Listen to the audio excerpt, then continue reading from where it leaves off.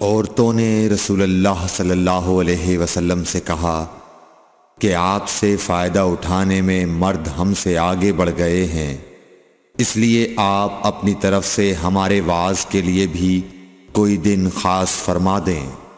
تو آپ صلی اللہ علیہ وسلم نے ان سے ایک دن کا وعدہ فرما لیا۔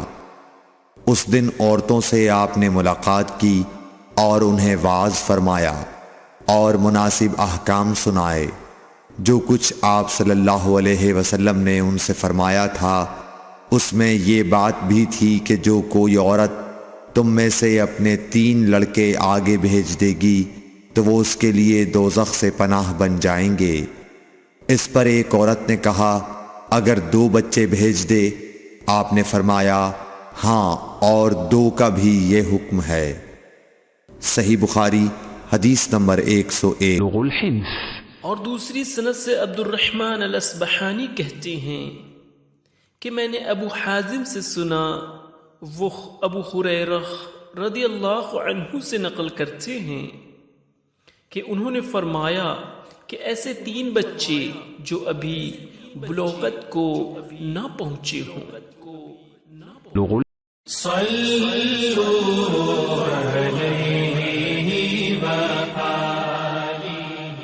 نبی کریم صلی اللہ علیہ وسلم نے فرمایا کہ جس سے حساب لیا گیا اسے عذاب کیا جائے گا۔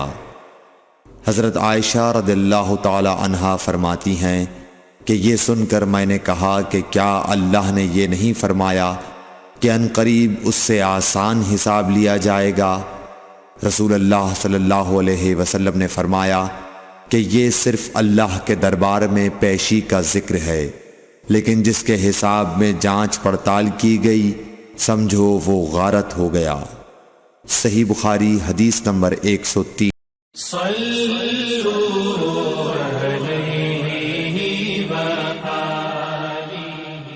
رسول اللہ صلی اللہ علیہ وسلم نے اللہ کی حمد و ثنا بیان کی، پھر فرمایا کہ مکے کو اللہ نے حرام کیا ہے، آدمیوں نے حرام نہیں کیا۔ تو سن لو کہ کسی شخص کے لیے جو اللہ پر اور یوم آخرت پر ایمان رکھتا ہو جائز نہیں ہے کہ مکے میں خون ریزی کرے یا اس کا کوئی پیڑ کاٹے۔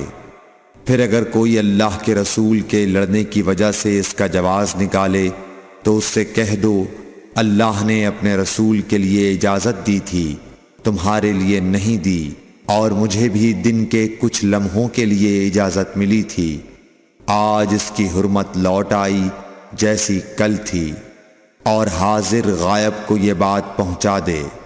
صحیح بخاری حدیث نمبر 104۔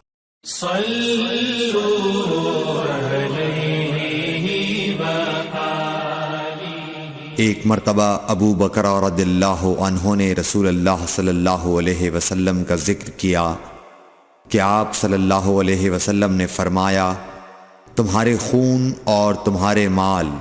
محمد کہتے ہیں کہ میرے خیال میں آپ نے آرادکم کا لفظ بھی فرمایا، یعنی اور تمہاری آبروئیں تم پر حرام ہیں، جس طرح تمہارے آج کے دن کی حرمت تمہارے اس مہینے میں۔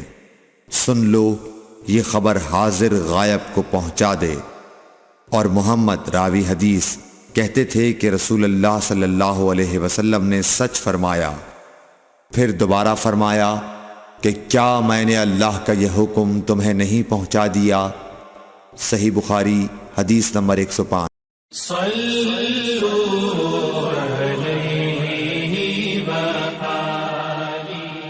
رسول اللہ صلی اللہ علیہ وسلم نے فرمایا کہ مجھ پر جھوٹ مت بولو، کیونکہ جو مجھ پر جھوٹ باندھے وہ دوزخ میں داخل ہو۔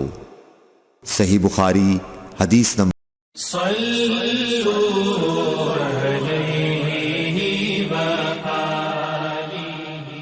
رسول اللہ صلی اللہ علیہ وسلم نے فرمایا کہ جو شخص مجھ پر جھوٹ باندھے گا وہ اپنا ٹھکانہ جہنم بنا لے۔ صحیح بخاری حدیث نمبر 107۔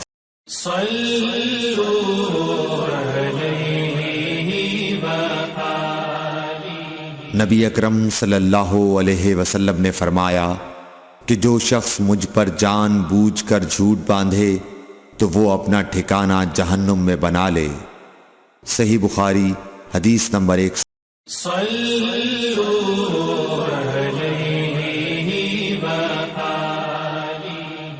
رسول اللہ صلی اللہ علیہ وسلم نے فرمایا کہ جو شخص میرے نام سے وہ بات بیان کرے جو میں نے نہیں کہی تو وہ اپنا ٹھکانہ جہنم میں بنا لے۔ صحیح بخاری حدیث نمبر۔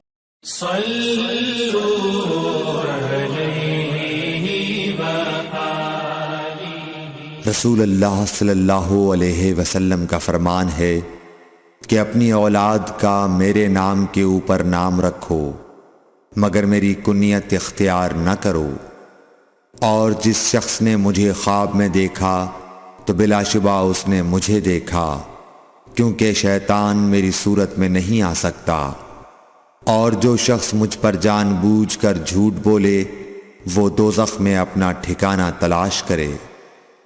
صحیح بخاری حدیث نمبر 110۔